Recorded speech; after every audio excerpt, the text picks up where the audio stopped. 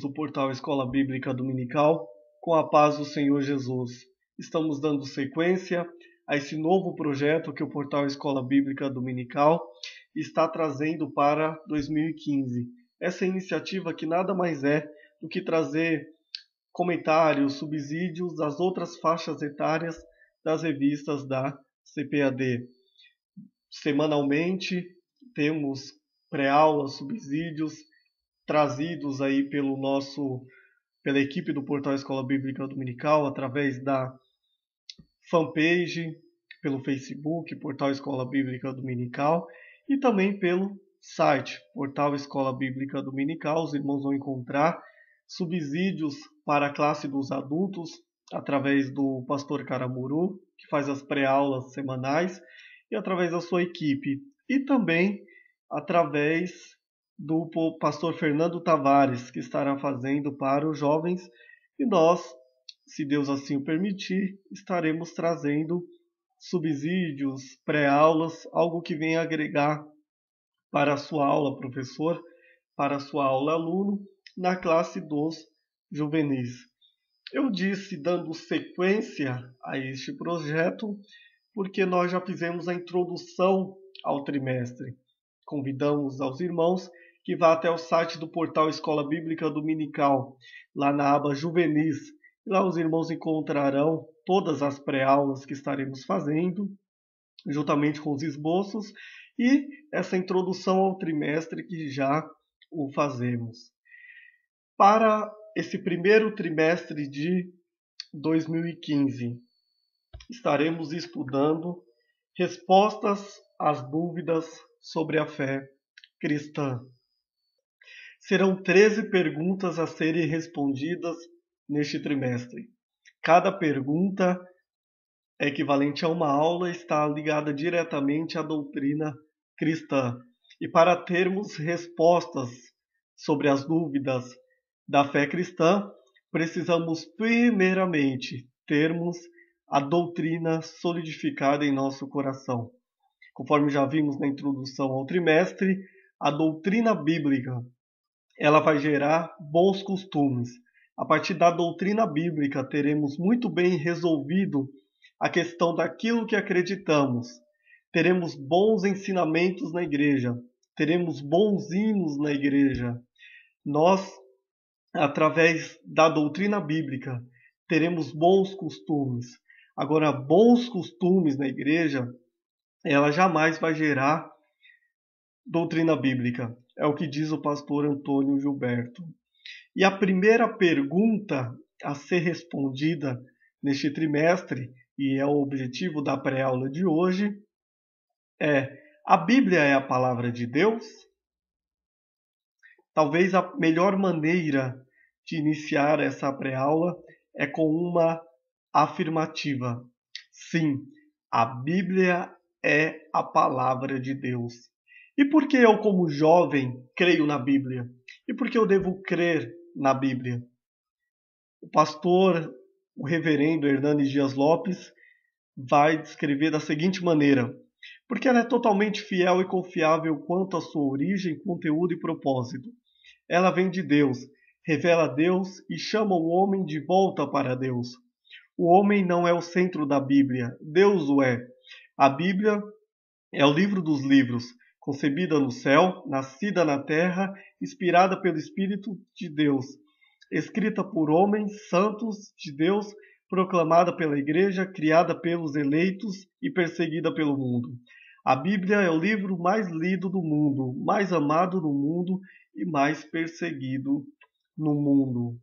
Eu creio na Bíblia porque a sua principal característica é a fala de Deus ao homem. É o que vamos ver na sequência, é Deus falando com sotaque humano. É o nosso manual de regra, fé e prática. Aqui o homem sabe quem ele é, para que ele é, por que ele é, de onde veio e para onde ele vai. Aqui tem todas as respostas que o homem precisa saber para ser feliz, que ele precisa saber para trilhar um caminho de paz. Quando fazemos uma leitura do pós-modernismo, nós deparamos com duas características. Uma delas é alguns pensadores afirmar que não há um centro.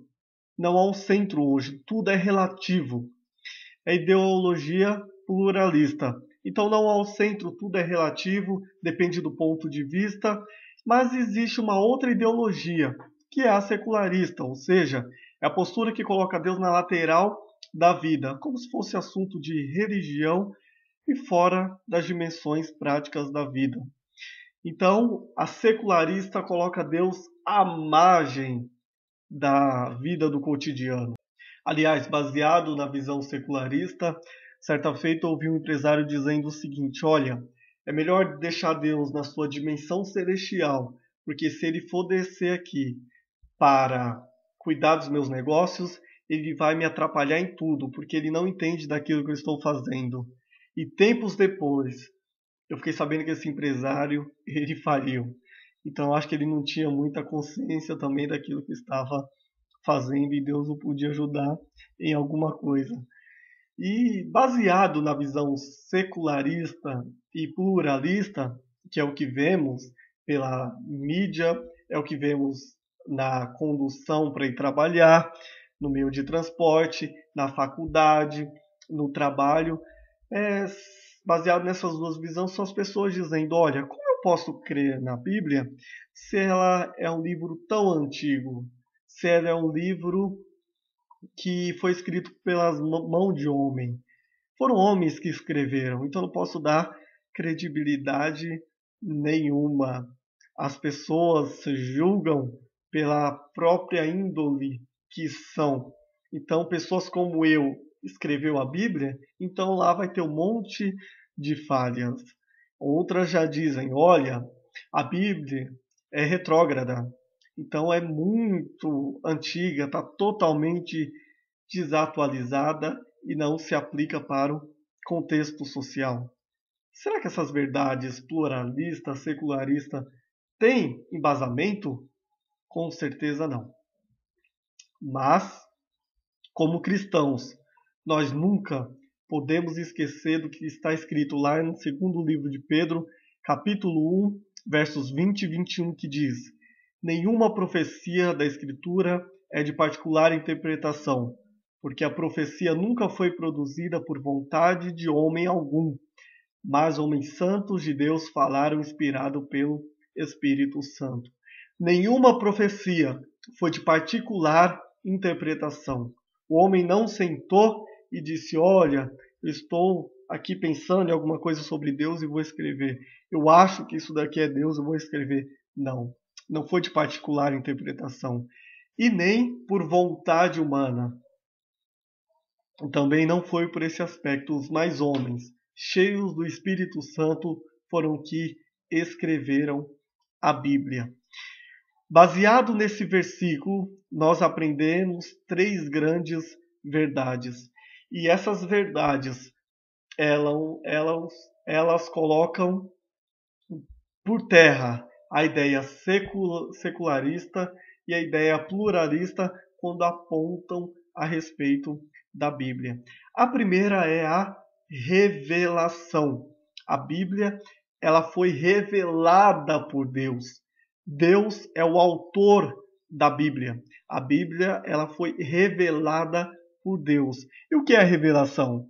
É o ato de Deus mediante o qual se comunica diretamente as verdades antes desconhecida pelo ser humano. Então, a verdade que estava em Deus, o seu caráter, os seus atributos, ou parte deles, são reveladas através da Escritura. E é o que vemos quando lemos a Bíblia. É uma revelação gradativa de Deus, do caráter de Deus. Talvez se fôssemos dividir a Bíblia em dois, o Velho Testamento seria ele vem, e o Novo Testamento seria ele veio e voltará. Então, a Bíblia é a revelação gradativa de Deus. Foi do seu começo ao seu final, foi uma revelação de uma maneira gradativa. Então, ela toda é a revelação, é aquilo que Deus se permitiu ser conhecido ao homem, aquilo que o homem, não aquilo que ele queria saber, mas aquilo que ele precisava saber para entender o caráter de Deus, de onde veio e para onde vai, e como ele precisa e quais as informações que ele precisa saber para ser feliz.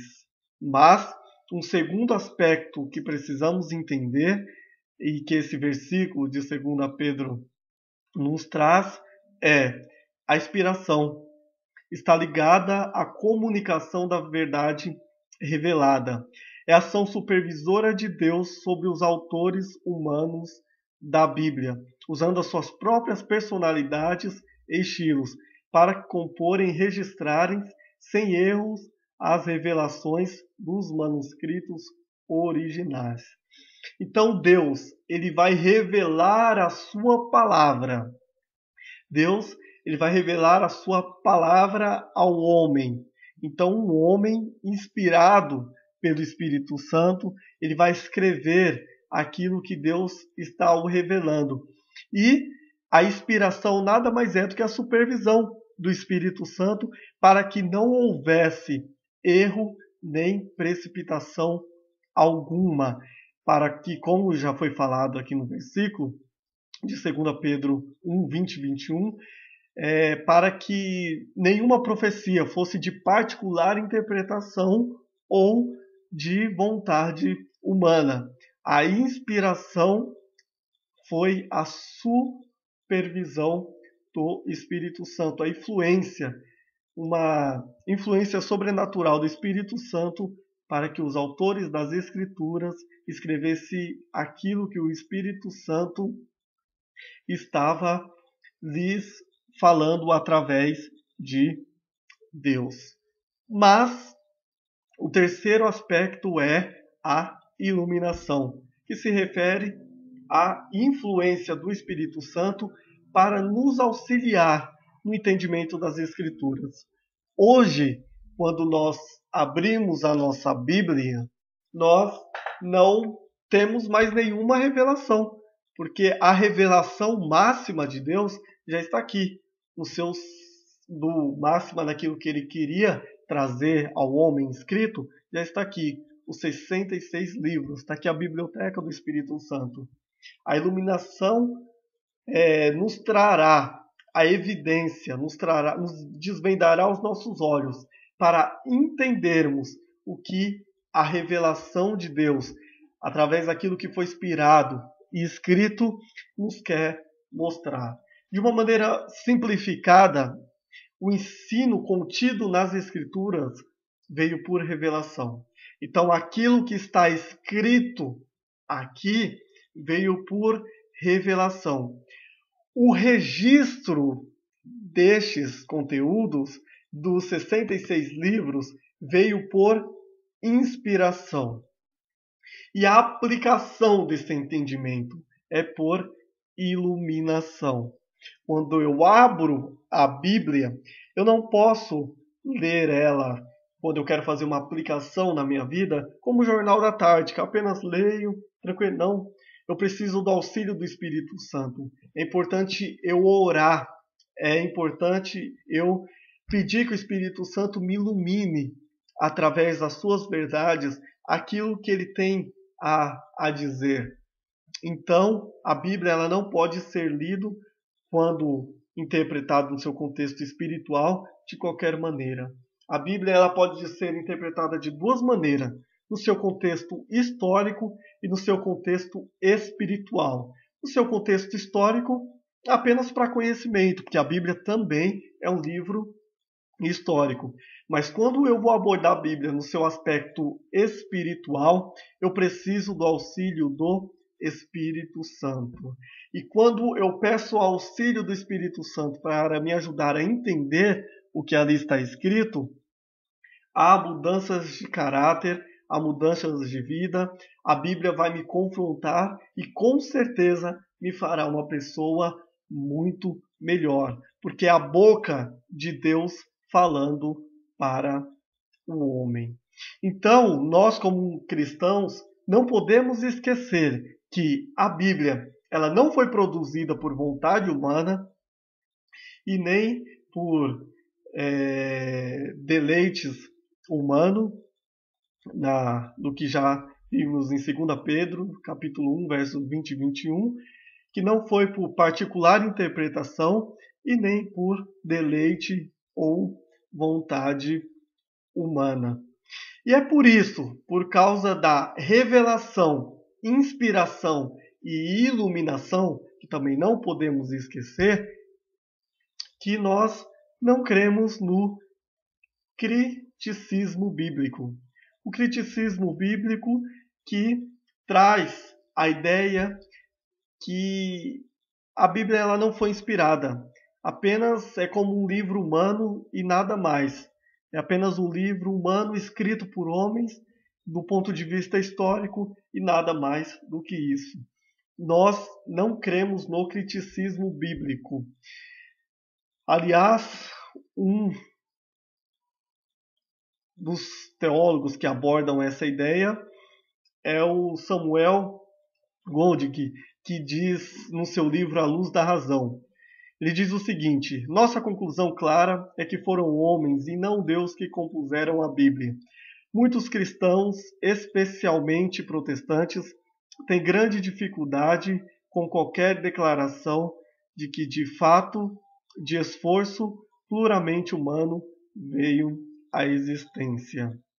Nós, através daquilo que temos de relacionamento com Deus e da iluminação dada por Ele quando lemos as Escrituras, através da revelação, da inspiração, nós, já dadas por Deus, nós não cremos que não é possível crer que o criticismo bíblico possa ter razão. Aliás, um escritor cristão, quando vai definir esse assunto, ele diz o seguinte: a Bíblia não é concebida no coração do homem, mas no coração de Deus. Não procede da terra, mas do céu. Não é produto de elaboração humana, mas de revelação divina. Muito, embora foram os homens chamados para escrever a Bíblia, e nesse processo Deus não anulou a personalidade deles, nem desprezou o conhecimento deles. O conteúdo da Escritura é inerrante. O próprio Deus revelou seu conteúdo e assistiu os escritores para que registrasse com fidelidade o seu conteúdo. A Bíblia não é palavra de homens, mas palavra de Deus. É digna de inteira confiança, pois é inerrante quanto ao seu conteúdo, infalível quanto às suas profecias e suficiente quanto ao seu conteúdo. Então nós, como cristãos, nós não cremos e não vemos embasamento para que o criticismo bíblico, que é a inspiração, a falta da inspiração e a Bíblia escrita pela razão e pela vontade humana, possa ter razão. Mas o segundo aspecto levantado através dos pluralistas, através dos secularistas, é que a Bíblia é escrita por mãos de homens e por isso ela não pode ter credibilidade. E a resposta sobre este questionamento é que sim, exatamente. A Bíblia foi escrita por mãos de homem. Porque é importante entendermos que o livro sagrado do cristianismo, ele não caiu pronto do céu, como se fosse um objeto místico. Então a Bíblia não caiu do céu prontinha, assim, na mão da humanidade, do homem, e aí a partir daí ele passou a ler e chegar ao conhecimento de Deus. Não. A Bíblia, sim, foi Deus usando os homens, conforme já vimos, e eles escrevendo a Bíblia. Mas sobre esse aspecto, vamos pensar um pouquinho. Se formos recorrer à história, nenhum homem chega ao conhecimento sozinho. Nenhum homem chega ao pleno conhecimento sozinho. E nenhum livro cai do céu instruindo ninguém de como deve ser feito, ou fazer, ou criar alguma coisa. Sempre o homem precisou de um outro para chegar ao conhecimento da verdade. Aliás, é só vermos como começamos a vida. Para escrevermos, para lermos, para andarmos de bicicleta, sempre precisamos de um auxílio, de alguém que venha nos instruir, pegar na nossa mão para nos ajudar a andar. No contexto de ler, a professora vinha lá quando criança, no prezinho, né? E pegava na nossa mão para escrever, nos mostrava como ler, como juntar as sílabas, aquela ideia. E sempre o homem precisou de outro para chegar ao conhecimento. E Deus usou homens para escrever a sua palavra, para que gradativamente um fosse passando conhecimento para o outro, de maneira que chegasse a escrever a Bíblia como um todo. E aquilo que Deus queria que o homem o conhecesse dele. E até hoje, quando olhando por essa ótica, nós precisamos do outro para chegar ao conhecimento. E se é assim na lei da vida, por que na Bíblia seria diferente? Então foram por essas razões que homens inspirados por Deus falaram inspirados pelo Espírito Santo. Aliás, o teólogo ele vai definir de uma maneira muito interessante esse aspecto, essa inspiração de Deus ao homem para escrever as Escrituras. Ele vai dizer o seguinte, a maneira com que ele definiu: Deus falando com sotaque humano é a Bíblia. Então a Bíblia nada mais é do que Deus falando com sotaque humano, com linguagem humana. Aliás, através dessa visão humana da Bíblia, desse sotaque, Deus falando através do sotaque humano, eu aprendo várias coisas. Aliás, quando eu quero estudar sobre a obediência, por exemplo, o resultado que me trará se obedecer a Deus ou não. Se eu for na Bíblia, eu vou ver muitos e muitos homens que obedeceram a Deus e pela sua obediência tiveram um grande sucesso na vida, um grande sucesso espiritual e material. E se eu quero obedecer a Deus, eu já sei o resultado que eu vou ter. É como se fosse um faça como. Através da visão que a Bíblia me dá, eu vou ver o que eu preciso, de que preciso e o resultado que eu terei se obedecer a Deus. E encantado com essa inspiração, com a iluminação da Bíblia e com todos esses aspectos, Victor Hugo, um grande pensador do século XVIII, disse o seguinte: a Inglaterra tem dois livros principais, Shakespeare e a Bíblia. A Inglaterra fez Shakespeare e a Bíblia fez a Inglaterra. Então, a Bíblia é de fato um livro muito encantador. Aliás, não foi só Victor Hugo que se aprofundou em querer estudar um pouco mais da Bíblia. Isaac Newton, isso mesmo, o pai da física moderna, ele fez comentários de Daniel e Apocalipse. Ele também se deleitava em estudar a Bíblia. A Bíblia ela tem algumas características e queremos trazer algumas para os irmãos. Então ela tem 66 livros, foi escrita em aproximadamente um intervalo de 1.500 anos, com variações de 35 gerações em 3 continentes diferentes. São 40 autores que jamais se encontraram para decidirem o que pôr, se um não ia contradizer o outro. Eles não marcaram ali um conselho, né, para ver o que ia escrever, da maneira com que ia escrever, não. A maioria deles não se encontraram, não fizeram reuniões. E a Bíblia saiu na mais perfeita harmonia. E o porquê saiu? Foi o que já vemos acima, pela inspiração, pela supervisão do Espírito Santo. Uma coisa que nos chama a atenção na Bíblia, nesse contexto, é a sua diversidade autoral. Alguns escritores da Bíblia, e a sua diversidade de um para com o outro. Por exemplo, Moisés era um estadista e um líder. Amós era um pastor de ovelhas. Pedro e João eram pescadores. Lucas era médico e um possível estudante de direito. Davi e Salomão era rei. Paulo era rabino e um filósofo judeu. Daniel era primeiro-ministro. Neemias era um funcionário público. Então, os irmãos notem a diversidade que tem, e eles também escreveram em mais diversos locais. Então, escreveram no deserto, na prisão, no palácio, viagem, em campanha militar, das mais diversas maneiras.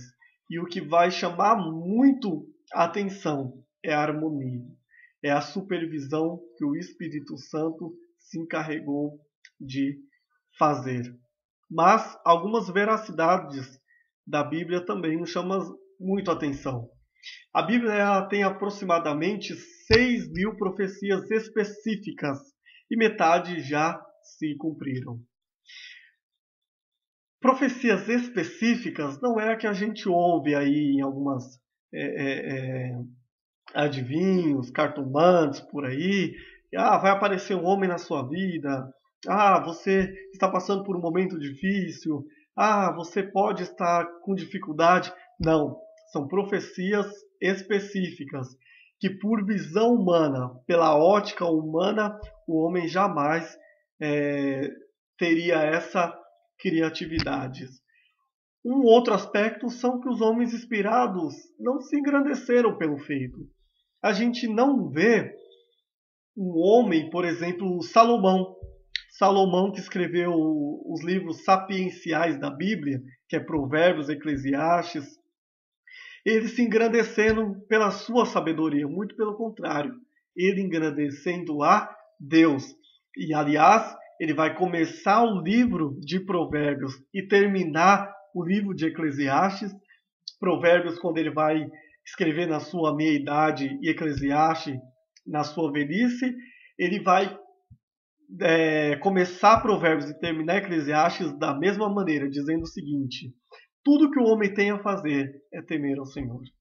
Então, os escritores da Bíblia, ele não vai se engrandecer, ele não vai dizer, não vai na sua prepotência, eu sou, eu posso, fui eu que escrevi. Não. E talvez aí caia por terra algumas teorias concernentes à veracidade da Bíblia, que dizem, foram homens que escreveram. Se o homem tivesse escrito pela sua vontade, pela sua criatividade, com certeza algum mérito ele queria levar, mas não. Como é inspirado por Deus, o mérito é dele e é para ele. E uma das coisas da Bíblia que nos ensina também, daquela maneira que dissemos acima, faça como, ou nesse caso é não faça como, A Bíblia, mesmo os homens inspirados por Deus, eles tiveram falhas. Os homens inspirados por Deus, não necessariamente, eles foram homens totalmente anjos, irrepreensíveis ao ponto de nunca ter pecado. Não. Os homens tiveram as suas falhas. E a Bíblia irá registrar todas as falhas que esses homens tiveram e a consequência dessas falhas. A Bíblia, ela não ocultou a parte que o homem denegriu a sua própria imagem. Muito pelo contrário, deixou como exemplo. Então a Bíblia vai me mostrar também o que eu não devo fazer. Um outro aspecto que comprova a veracidade da Bíblia é a atualidade do seu conteúdo. Ela não foi escrita apenas para pessoas daquela época. São para pessoas de todos os tempos. Aliás, voltando a eles, é só você pegar o livro de Provérbios e o livro de Eclesiastes. É só você pegar os evangelhos que você vai ver a realidade da Bíblia. É como se fosse o jornal de hoje. É como se você pegasse e lesse e falava: nossa, essa palavra foi diretamente para mim. E a sua mensagem ela pode ser entendida também por vários os sexos, por várias idades, por níveis de camada social. Ela serve para o rico, para o pobre, para o simplório, para o intelectual. A sua biografia é eclética. Ela serve para todos os níveis de pessoas. Ela nivela todos no seu conhecimento. É claro que aquele que tem um pouco mais de erudição vai ter uma melhor compreensão, um pouco mais a fundo. Porém, o conhecimento, aquilo que Deus queria passar sobre o plano da salvação que está na Bíblia, isso é entendível a todos. E um outro aspecto é o efeito transformador da Bíblia. Aliás, tem uma expressão que eu acho muito bacana. Mexa com a Bíblia, aprofunde nela, e ela vai mexer com você e ela vai aprofundar ao seu coração.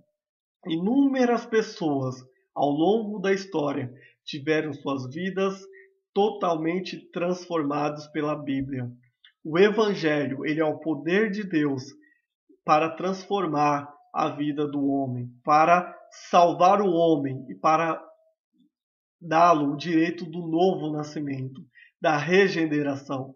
Através da Bíblia, iluminada pelo Espírito Santo, o homem ele vai ser uma nova criatura.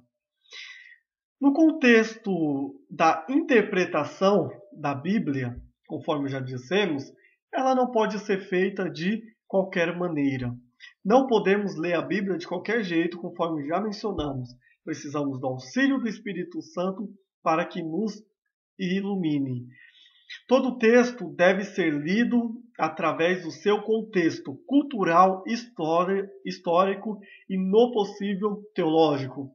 Um texto ou uma palavra nunca deve ser interpretada isoladamente. Aliás, eu não posso formar uma doutrina bíblica através de pequenos trechos da Bíblia ou trechos isoladamente. E é aqui que eu quero chamar a atenção, porque muitos céticos, muitos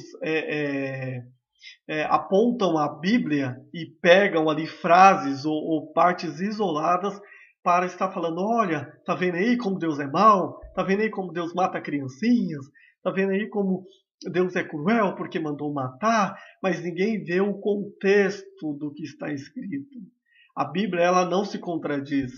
A Bíblia não é a visão de um Deus mau, de um Deus carrasco. Não, muito pelo contrário. Mostra a consequência do homem. Aquilo que o homem plantar, ele vai colher. Mas a Bíblia tem o seu caráter principal, foi o amor de Deus. João 3,16. Porque Deus amou o mundo de tal maneira que deu seu Filho unigênito, para que todo aquele que nele crê não pereça, mas tenha a vida eterna. Então, a Bíblia não pode ser interpretada em partes isoladas.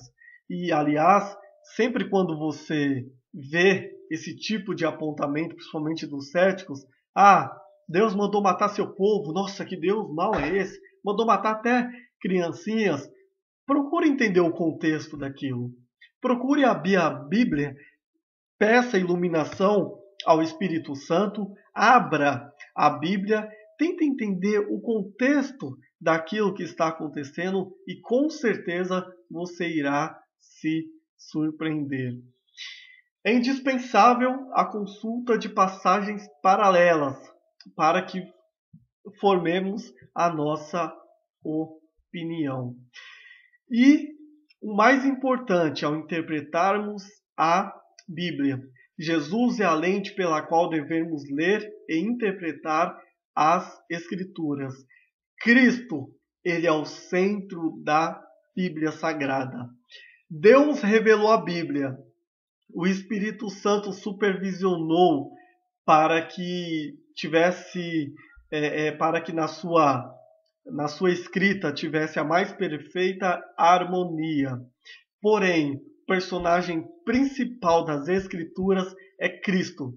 Jesus é o centro principal, não só da história, não só da nossa vida, mas da Bíblia Sagrada. Vemos Cristo em Gênesis e vemos Cristo no Apocalipse. Em todos os livros da Bíblia é possível ver Cristo, ou um tipo de Cristo. Aliás, o Novo Testamento, a lei, no caso, seria, conforme está descrito, sombras, tipos e sinais daquilo que viria a acontecer.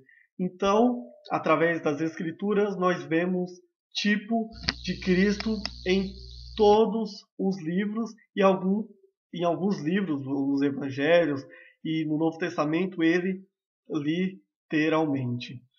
Algo que não podemos deixar de mencionar é que muitos querem ajudar a Bíblia.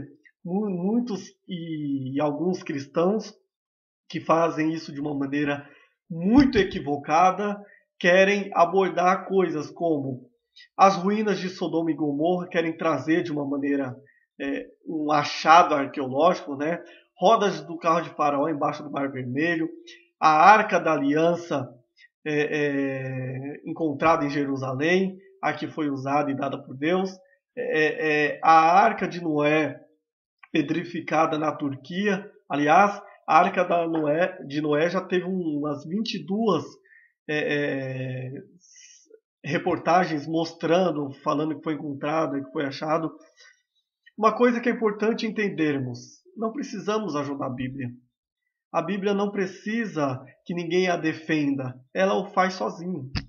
Não precisamos ficar ajudando com métodos, com achados arqueológicos, esses que são mitos, porque se tudo isso fosse verdade, maravilha. Mas todos esses que eu mencionei, as ruínas de Sodoma e Gomorra, a roda de carro de Faraó, que foi encontrada no Mar Vermelho, a Arca da Aliança encontrada em Jerusalém, a Arca de Noé pedrificada na Turquia e tantas outras que foram achadas, tudo isso é mito. Tudo isso não teve comprovação arqueológica. Então nós não precisamos ficar dando ajudinhas a Deus ou ajudinhas às escrituras que já foram inspiradas por Deus. Não, muito pelo contrário. A Bíblia, ela se defende sozinha. A Bíblia não precisa de ajuda para se defender. 3 aspectos é importantíssimo para que nós possamos, como se fosse passar um crivo nessas notícias que a mídia, principalmente hoje na era do Facebook, né? Facebook, WhatsApp, aí vem tudo falando sobre Deus. Mas é importante 3 aspectos para passarmos um crivo nessas informações. Primeira é checar a fonte. É realmente verdadeiro essa notícia que me chegou aí? Acharam a Arca de Noé. Qual é a fonte disso? Quem foi o autor que escreveu essa notícia? Qual é a formação dessa pessoa? É um arqueólogo cristão? Quem ele é? Ou é um dentista, como diz o Rodrigo Silva, no programa Evidência? Ou é um dentista que achou lá e está falando que é? Né? E o terceiro é ter a certeza do que a Bíblia diz sobre o assunto. E para finalizarmos, vemos a Bíblia como nosso manual de regra, fé e prática. Aliás, o homem ele tem o seu manual de felicidades, de regra, de fé e de prática, que é a Bíblia Sagrada. Entendemos isso quando compramos um eletrodoméstico, por exemplo. Ao comprarmos, vem um manual. Vem um manual lá onde vai dizer para nós o que precisamos fazer, da maneira com que temos que lidar, o que devemos instalar, da maneira, a temperatura. Tudo isso vem descrito no manual. E tem pessoas que ignoram o manual. E ao ignorar o manual, essa pessoa vai ter a vida útil deste eletrodoméstico diminuída na maioria dos casos. Por quê? Porque não obedeceu o manual. E se a Bíblia é o manual do homem, o que acontece quando o homem ele ignora o seu manual? É o que está em Oséias, o livro do profeta Oséias, capítulo 4, verso 1, que diz assim: Ouve a palavra do Senhor, vós filhos de Israel, porque o Senhor tem uma contenda com os habitantes da terra, porque não há verdade, nem benignidade, nem conhecimento de Deus na terra. Só prevalecem o perjurar e o mentir, e o matar, e o furtar, e o adulterar, e há homicídio sobre homicídios. Isso que eu acabei de ler não foi a folha de redação do Cidade Alerta. Não, nem o jornal de hoje. Não, não foi. Foi a história de Israel, das 10 tribos do norte, de muitos e muitos e muitos anos atrás. Então, quando o homem se aparta do seu manual, é esse a sua tendência. É essa a sua tendência. E qual foi o final deste contexto? É o que vemos no verso 6. O meu povo foi destruído porque lhe faltou o conhecimento. Quando nós nos apartamos do nosso manual de regra, fé e prática, nos falta o conhecimento. E quando nos falta o conhecimento, quando nos falta a doutrina bíblica, nós somos levados por qualquer tipo de vento, por qualquer tipo de heresias. Nós somos moldados nas filosofias do mundo, do sistema do mundo que jaz do maligno. E o nosso fim é a destruição. O ponto central da Bíblia, como já vimos, é Cristo. E o objetivo principal de Cristo é a salvação do homem. Baseado nesse contexto, o Paul Washer ele vai definir da seguinte maneira: um dos nossos maiores problemas é que a maior parte do nosso cristianismo está baseado em clichês que lemos em camisetas cristãs. A maior parte do nosso cristianismo vem de músicos e não da Bíblia. Sabe o que está acontecendo hoje?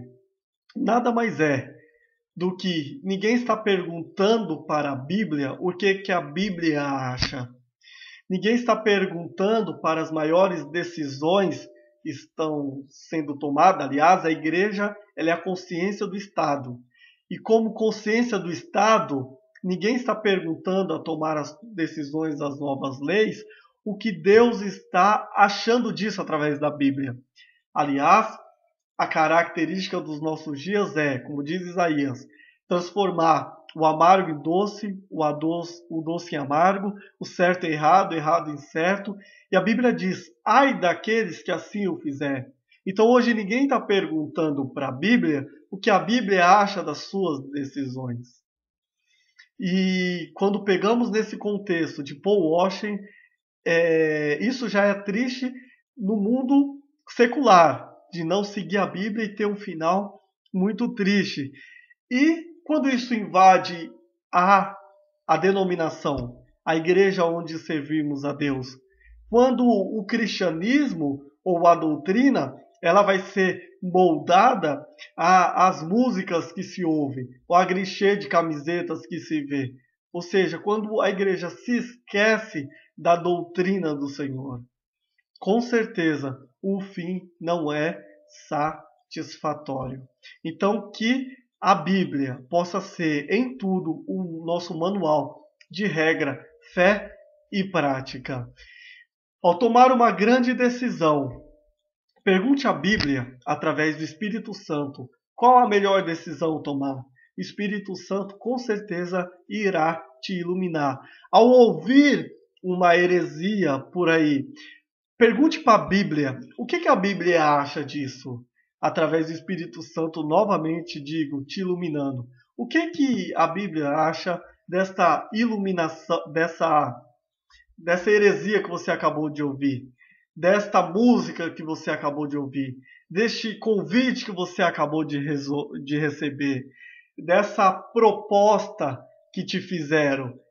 Qual é a visão da Bíblia? Disso que te mandaram no Facebook, no WhatsApp, falando na nossa linguagem jovem. O que a Bíblia acha disso? Dessa foto que te mandaram, isso tem amparo nas Escrituras? Se você usar a Bíblia como seu crivo, com certeza você será muito feliz nessa vida e terá a salvação. Eu quero concluir com uma fala de um teólogo que ele vai dizer o seguinte: os cristãos de todos os tempos e em todos os lugares têm um distintivo: aceita a Bíblia como uma palavra de Deus e a sua única regra de fé e prática. Nós cremos que a palavra de Deus é a verdade absoluta. Não é sujeita a essa ou aquela cultura. Não é a cultura que valida as Escrituras. A palavra de Deus é que valida e julga as culturas. Não precisamos de novas revelações. Tudo o que precisamos saber para a nossa salvação, santificação e serviço está contido nas Escrituras. Devemos conhecê-la, obedecê-la e proclamá-la com fidelidade e senso de urgência. Nós, cristãos, jovens, juvenis no caso, nós não precisamos de livro de autoajuda, esses que são lançados, 10 passos para aquilo, 11 para aquilo outro. Nós não estamos aqui descaracterizando o papel dos psicólogos, muito pelo contrário, e é muito útil, mas o que queremos dizer é que a palavra de Deus é o nosso manual de regra, fé e prática, e nós não precisamos de complemento nenhum, de autoajuda nenhum, vindo desses livros, dessas filosofias, porque a Bíblia, ela nos é suficiente. Ela é a palavra de Deus revelada, inspirada e iluminada. Ela é, como dissemos, a palavra de Deus. E quem é esse Deus que revelou essa palavra? Quem é esse Deus que nós servimos? É o que veremos na próxima aula. Que Deus te abençoe e até lá.